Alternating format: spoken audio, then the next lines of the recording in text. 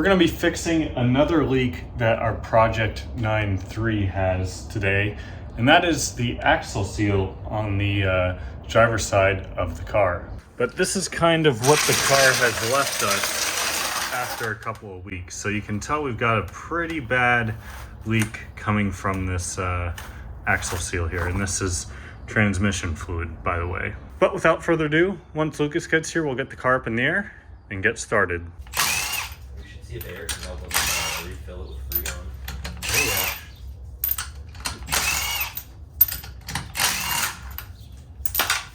yeah. Got the car jacked up and the wheel off. Next step is pulling the axle out.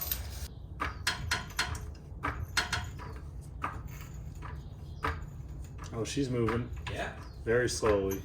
Alright, let's start. Richard. Oh yeah. Nice. Oh yeah.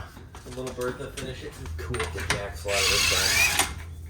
Ooh, that sounds fine. Nice. That was pretty cool, not gonna lie. You got that on video. Yeah.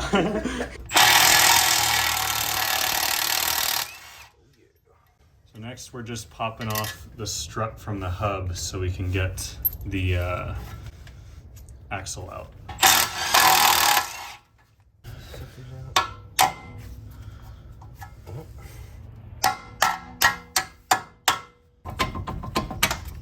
Beautiful. 2. Awesome. Now we can get that axle up out of the hub. It's probably gonna fight us. So we've been struggling getting this axle out for honestly a couple hours, and it's kind of another case of the right tool.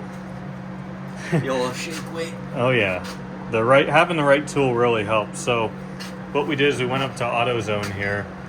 We have a special gear puller tool. Do you want to kind of show how it works real quick? Since I walked inside for like 30 seconds and came out and he already had it out. He's so pretty super much quick. There's a little adapter right there for the axle. You go ahead and you slide it behind the axle like so, and then this is on a slide hammer, so you just pull until it pops that axle right out of the tranny. And you said it popped out on the first try, huh? First or second try, she was out. So. And with that big tool, Lucas also had to pop out the shock here, or the strut, excuse me. And that was just 3 more bolts right out here, and then the whole thing kind of pops out. So now, here's our trusty dusty little axle or seal puller. and pull this old seal out. So we've lost quite a bit of transmission fluid obviously out of here, so we're gonna have to top this off when we're done. But from here, pretty simple. You just get that seal puller in and just pop it right on out.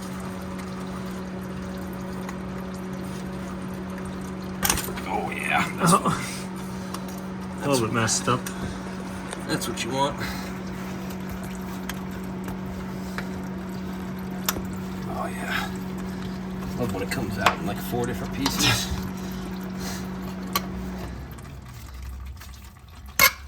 There we go. Where's part of it? That was definitely an old axle seal. This is like the first half of it. So we still got to pull the rest of it out. The actual seal now is, yeah, see, that's still in there.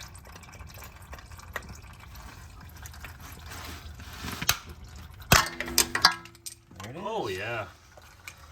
So this, along with this, is your axle seal. And that's what we're replacing. That's what's causing our transmission fluid leak right there. Oh yeah.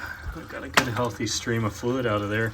Oh yeah. Awesome. Just perfect example. I mean, we were struggling with pickle forks, little pry bars, flatheads, couldn't do anything in just one pull with the right tool. Yep. Totally worth running that from AutoZone if you have one local to use. So highly recommend. Guys. Here's a new axle seal. Lucas picked up a couple of these just at AutoZone. He mentioned it's always a good idea to get a couple of them because we need to make sure it goes in perfectly straight and sets perfectly. Otherwise, if we mess it up and try and pull it out, we might damage the seal in doing so. So he mentioned it's not a bad idea to have 2 of them here. So what we're going to do now is get in here and sort of clean this up a bit.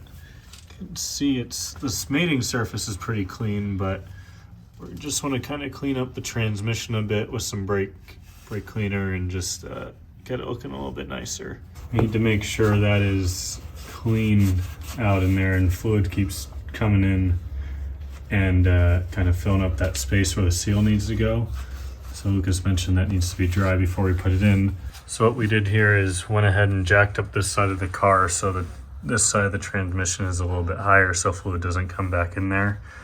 And we'll go ahead and install the seal. Now that we have that all cleaned up, we're going to sort of lube up just a little bit of the seal here. We don't want to do the outside part, just this little ring right here on that side of the seal. Just that way it sets in nice. Yeah, it'll keep that lip from catching. Got it. Help it slide into place better. When you're putting in this new seal, you want to find something that's going to hit just that edge in. You don't want to hit anything else. So I found the thermostat housing from this NG93 actually works pretty well. Sits on the edge pretty nicely there. So we'll use that and just hammer the other end to tap the seal on in. So it'll be something just like that.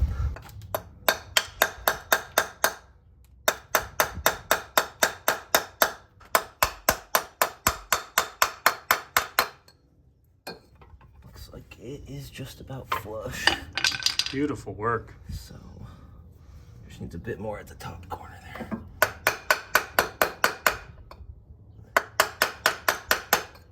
Awesome.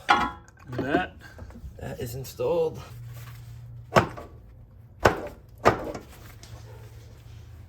So initially when we did that transmission swap, I think it was sitting like this. I didn't pop it in the whole way. Yeah, you just gotta, I usually like to just push on the axle and it'll push that inner driver in.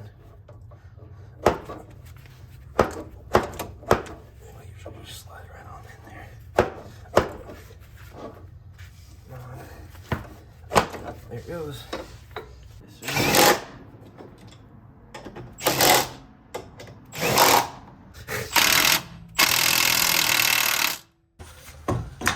All right. Come on, bitch. There she goes. All right.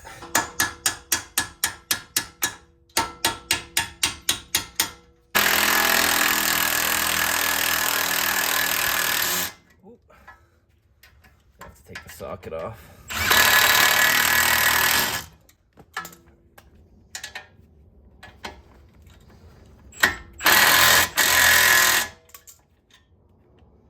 A little trick if you don't have a deep socket right there.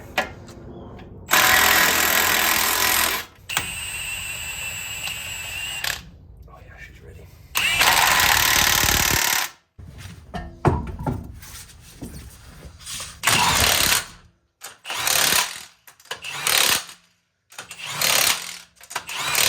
So we're gonna start the car up, run it for a bit. It needs to be up to temperature before we check the transmission fluid level.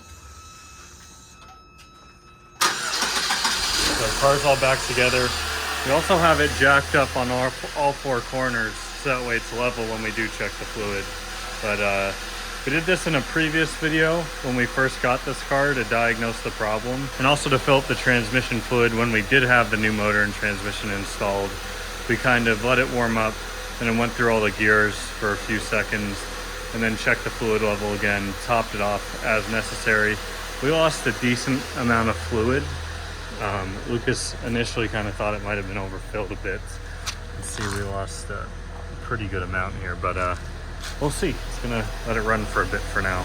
Kind of learned the hard way here after monitoring the ATF temperatures with the Tech 2 for about 5 or 6 minutes, and it barely moved at all even when going through the gears. So we're just gonna go take this car for a quick drive, then come back and jack it up, as I guess tedious as that is. We're kind of doing this the fancy way where we have the Tech 2 pulled up and we're reading the actual temperature of the ATF like I mentioned. So we need to be at about 80 Celsius. So we're just gonna be driving it up and down the road until it hits that. And I'm sitting in the back because we're currently working on our blower motor problem. So up to temperature, so now we're gonna just have to jack it up again real quick and check the dipstick, see if we need to add anything. So I've just put some more fluid in. If you guys are wondering how to do an automatic transmission fluid flush or change on these cars, click up here in the top corner. I have a video detailing that, but we should be all good now. We're just running through the gears. Car's all up to temperature and hot. Transmission is as well. And yeah, I think that's going to wrap up this video though, guys. Thank you all so much for watching. Hopefully you learned something today, because I hadn't done one of these before, and I certainly have. So I'll see y'all next time. Take it easy.